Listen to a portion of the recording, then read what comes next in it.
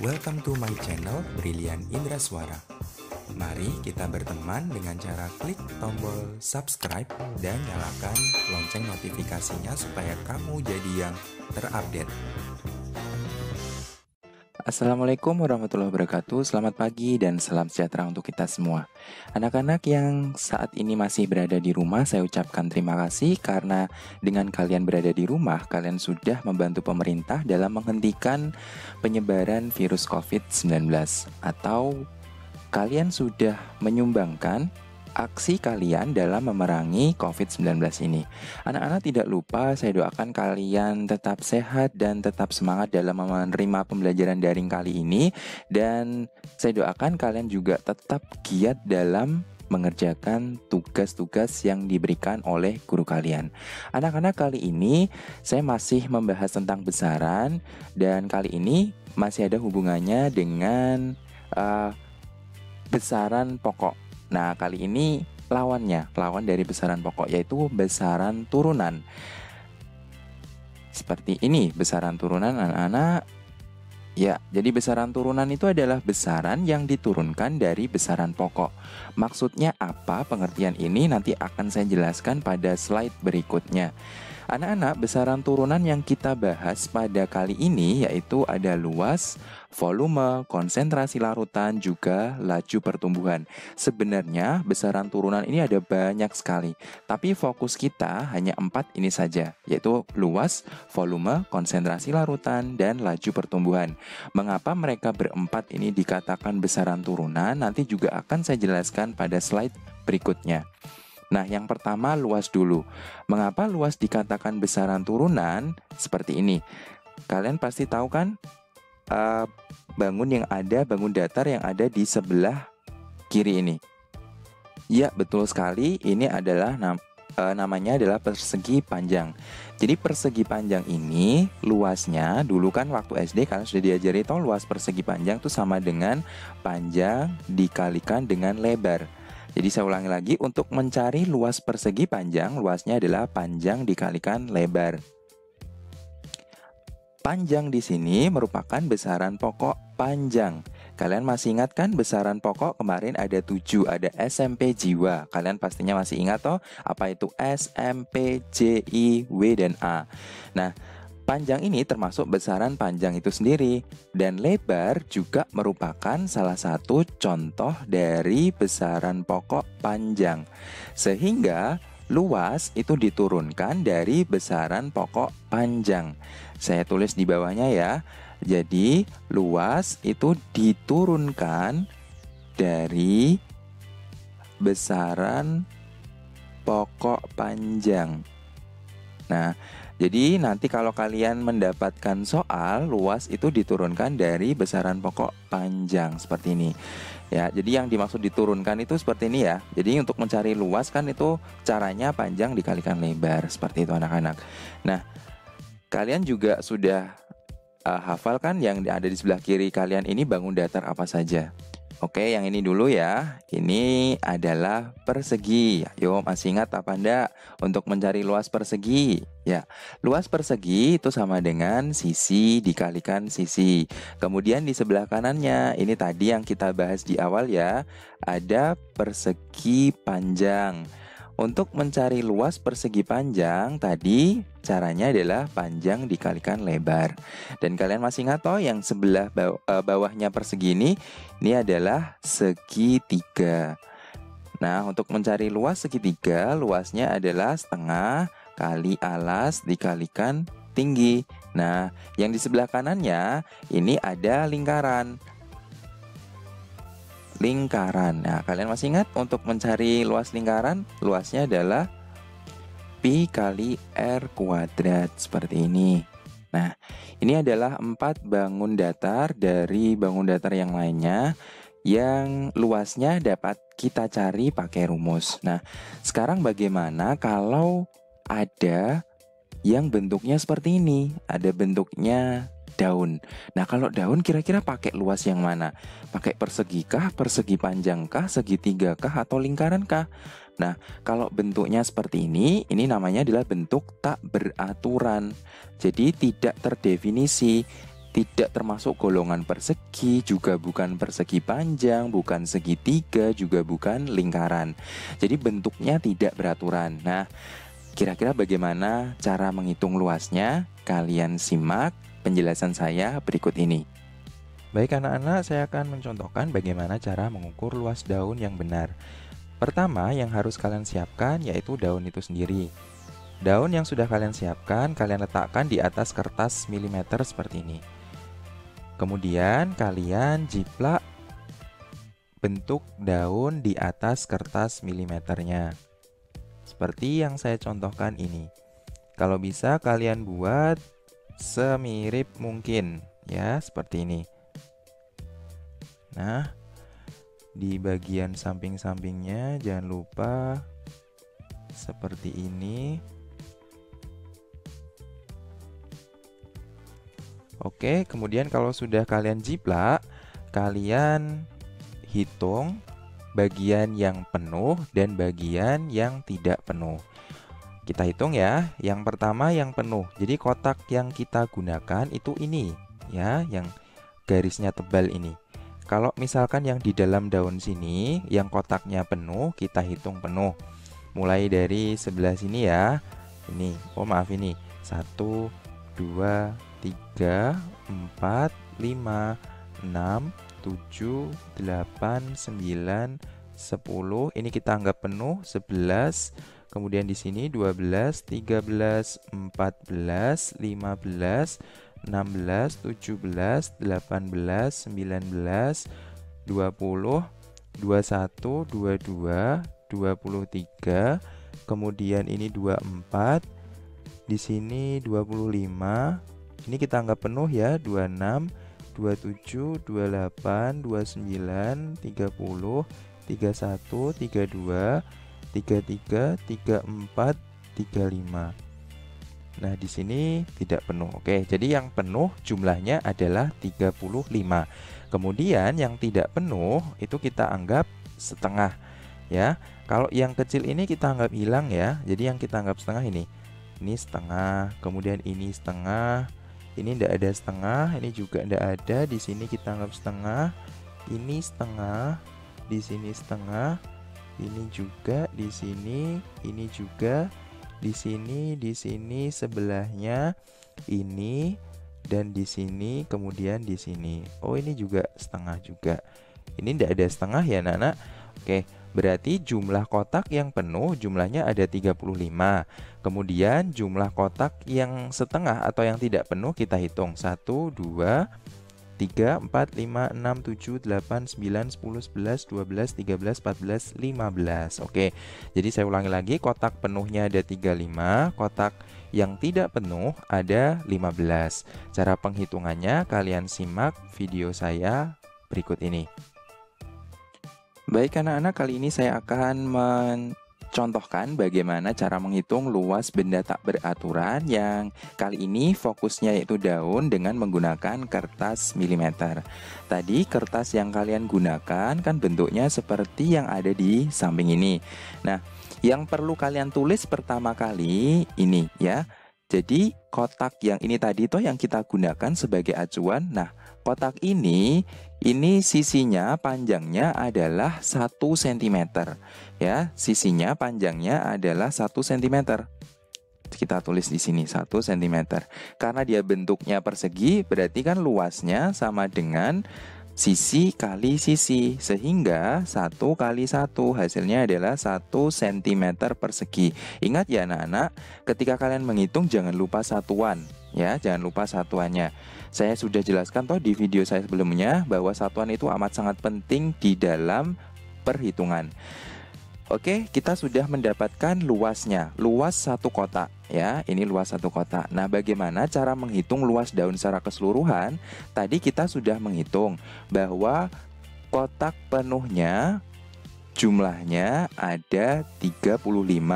Sedangkan kotak yang tidak penuh jumlahnya tadi adalah 15. Nah, sekarang kita masuk ke rumusnya.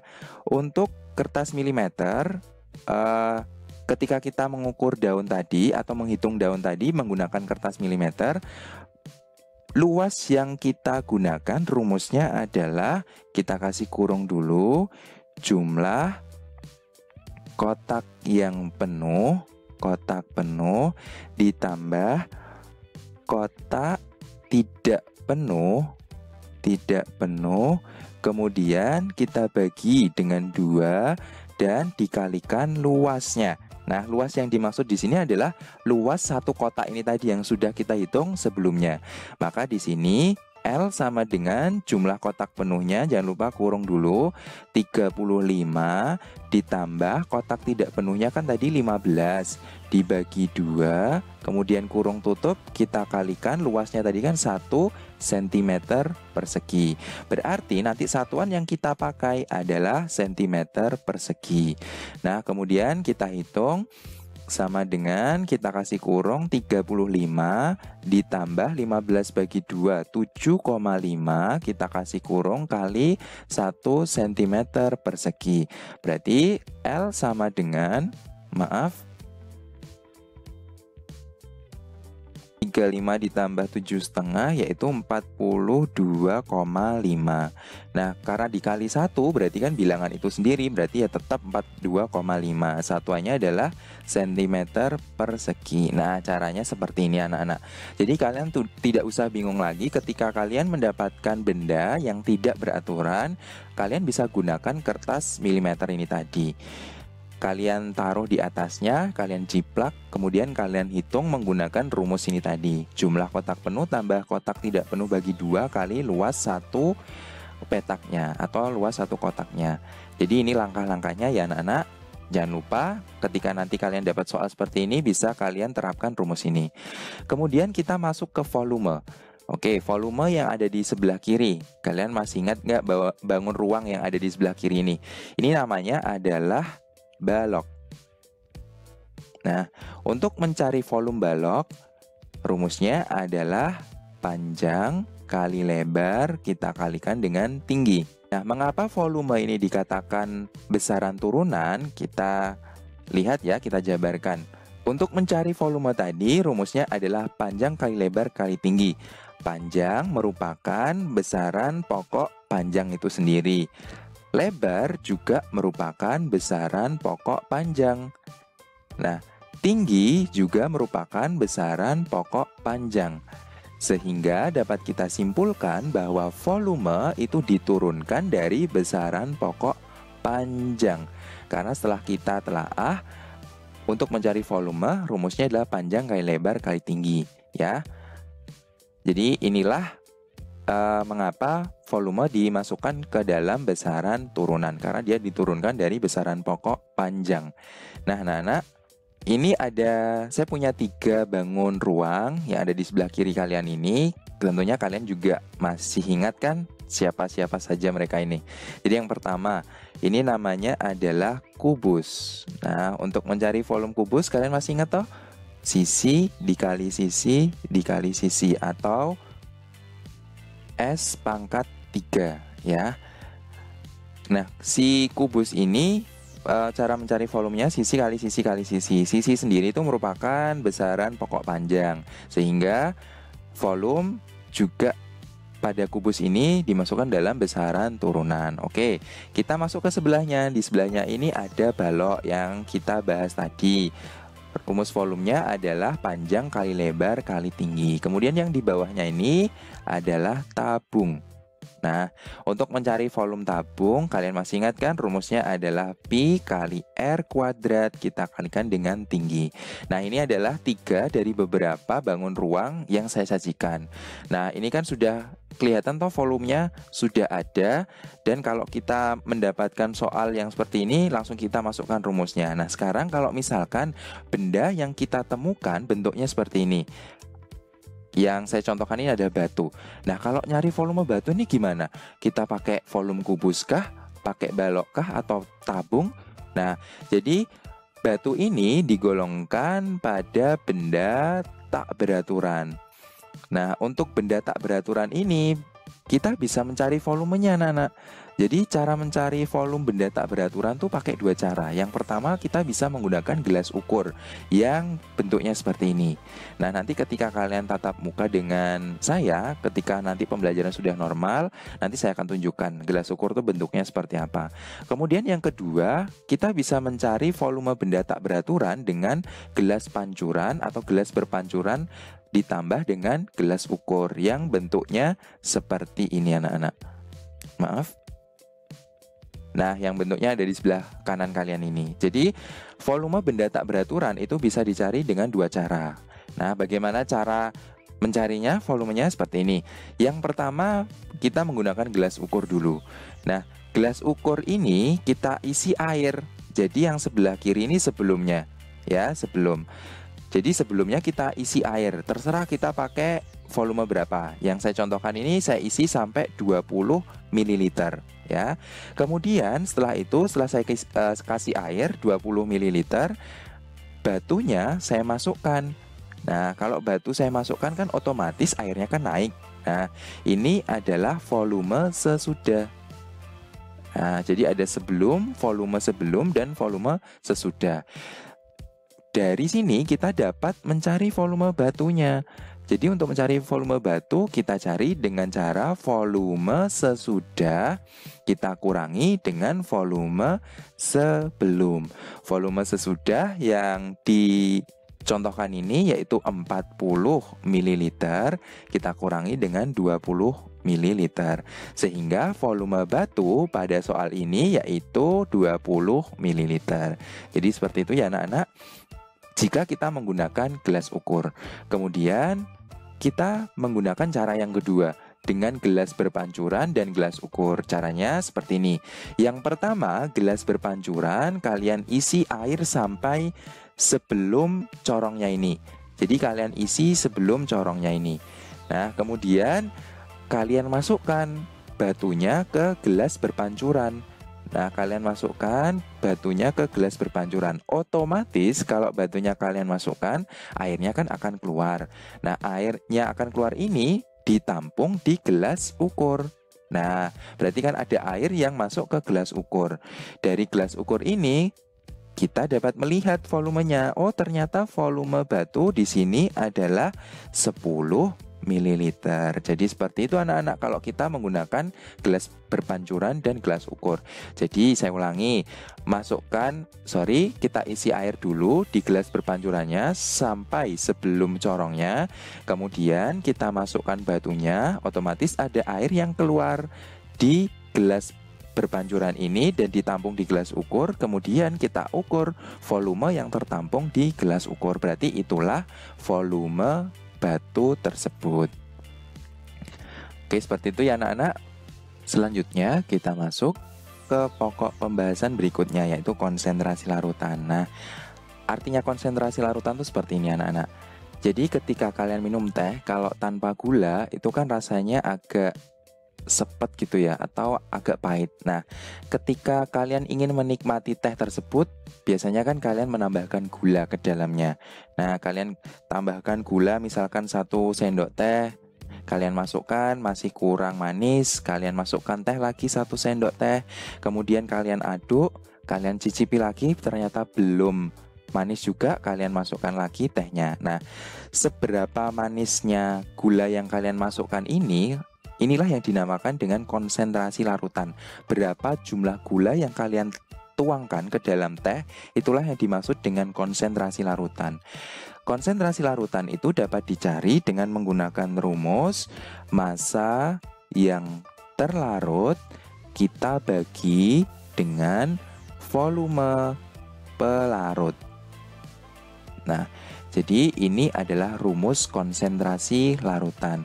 Nah, sekarang mengapa konsentrasi larutan dimasukkan ke dalam besaran turunan? Dari rumus ini kan dapat kita lihat toh konsentrasi larutan dapat dicari dengan menggunakan cara K, yaitu massa dan volume. Jadi rumusnya kan di atasnya tadi massa bagi volume. Nah, massa ini sendiri, massa kan tergolong besaran pokok massa itu sendiri toh SMP jiwa. Kemudian volume yang sebelumnya saya jelaskan bahwa volume itu diturunkan dari besaran pokok panjang. Sehingga konsentrasi larutan itu merupakan besaran turunan yang diturunkan dari besaran pokok massa dan panjang. Ya, inilah penjabaran dari konsentrasi larutan. Jadi anak-anak, konsentrasi larutan itu adalah jumlah zat yang terlarut dalam setiap satuan larutan atau pelarut. Saya punya contoh soal seperti ini. Edo melarutkan 20 gram gula ke dalam 2 liter air. Berapakah konsentrasi larutan gula yang terbentuk dalam satuan gram per liter? Anak-anak, kalau kalian menemui soal fisika, yang perlu kalian tulis pertama adalah diketahui atau D1. Yang diketahui di soal ini apa? Yang saya lingkari ini. Berarti kan 20 gram kan massa terlarutnya. Massa terlarutnya yang diketahui yaitu 20 gram. Kemudian yang diketahui lagi volume pelarutnya. Volume pelarutnya sama dengan 2 liter. Kemudian kita tulis berikutnya D2. D2 itu yang ditanyakan. Yang ditanyakan di soal kan konsentrasi larutan atau yang kita singkat di awal tadi K. Kemudian D3. D3 ini penjabaran rumusnya. Rumusnya tadi kan K sama dengan massa yang terlarut, saya singkat ya, dibagi dengan volume pelarut. Nah, kita masukkan massa terlarutnya kan 20 gram dibagi volume pelarutnya 2 liter. 20 dibagi 2 yaitu 10. Satuannya ikut ini ya, berarti gram per liter. Jadi seperti ini anak-anak caranya. Kemudian kita masuk ke laju pertumbuhan. Nah, jadi anak-anak ketika kalian misalkan punya kecambah toh, punya biji kacang hijau kalian tanam, kan dari kecil nanti kalau kalian biarkan kan jadi bertumbuh jadi tinggi. Nah, dari kalian nanam awal sampai dia tumbuh tinggi, nah itu dapat kalian tentukan atau kalian cari laju pertumbuhannya. Nah, laju pertumbuhan itu dapat kita cari pakai rumus LJ atau saya singkat laju pertumbuhan pertambahan tingginya. Jadi pertambahan tingginya kita bagi dengan selang waktu. Nah, ini adalah rumus laju pertumbuhan. Nah, sekarang akan saya jelaskan mengapa kok laju pertumbuhan kita masukkan ke dalam besaran turunan. Oke, kita jabarkan di sebelah kanan ya. Laju pertumbuhan tadi rumusnya adalah pertambahan tinggi dibagi dengan selang waktu. Nah, tinggi merupakan besaran pokok panjang. Sedangkan selang waktu ini merupakan besaran pokok waktu itu sendiri. Sehingga laju pertumbuhan itu diturunkan dari besaran pokok panjang dan waktu. Nah, jadi laju pertumbuhan itu adalah rata-rata bertambahnya tinggi suatu tanaman, karena yang kita bahas kali ini kan tanaman ya, dalam selang waktu tertentu. Jadi ini adalah laju pertumbuhan pengertiannya. Saya punya contoh soal seperti ini. Putri mengukur tinggi rumput liar di halaman rumahnya. Setelah ia ukur menggunakan penggaris, ia mendapatkan hasil 1 cm. Jadi pas awal dia ngukur, hasilnya 1 cm. Selang 10 hari kemudian, ia kembali mengukur tinggi rumput liar tersebut. Setelah diukur, kini tingginya menjadi 6 cm. Berapakah laju pertumbuhan rumput liar di halaman rumah Putri? Ingat, kita tulis D1 dulu. D1 kita tulis ya, tinggi awalnya. Tinggi awalnya kan di sini kita dapatkan 1 cm.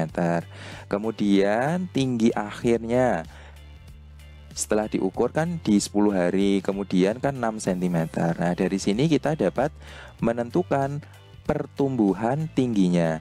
Awalnya 1, akhirnya 6. Berarti pertumbuhan tingginya akhir dikurangi dengan awalnya. Berarti sama dengan 5 cm.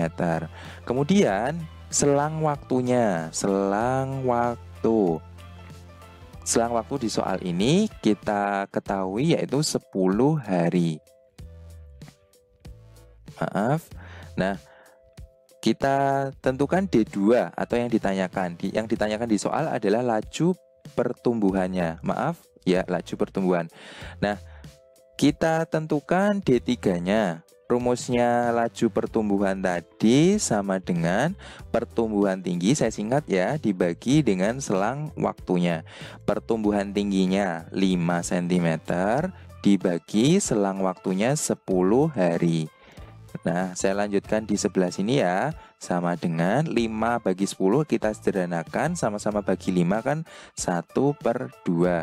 Satuannya adalah cm per hari.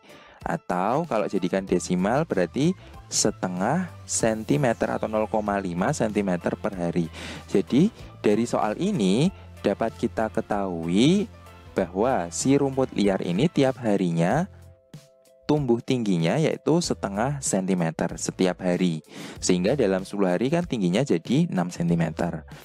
Nah, anak-anak, kita masuk ke tugas pada hari ini. Jadi tugas kalian hari ini silahkan kalian cari 2 lembar daun dari 2 tanaman yang berbeda di sekitar rumah kalian. Kalau sudah, kalian ukur luas daun tersebut menggunakan kertas milimeter. Nah, nanti kalian cara mengukurnya dapat melihat video saya yang sebelumnya tadi ya. Cara mengukurnya tadi seperti apa.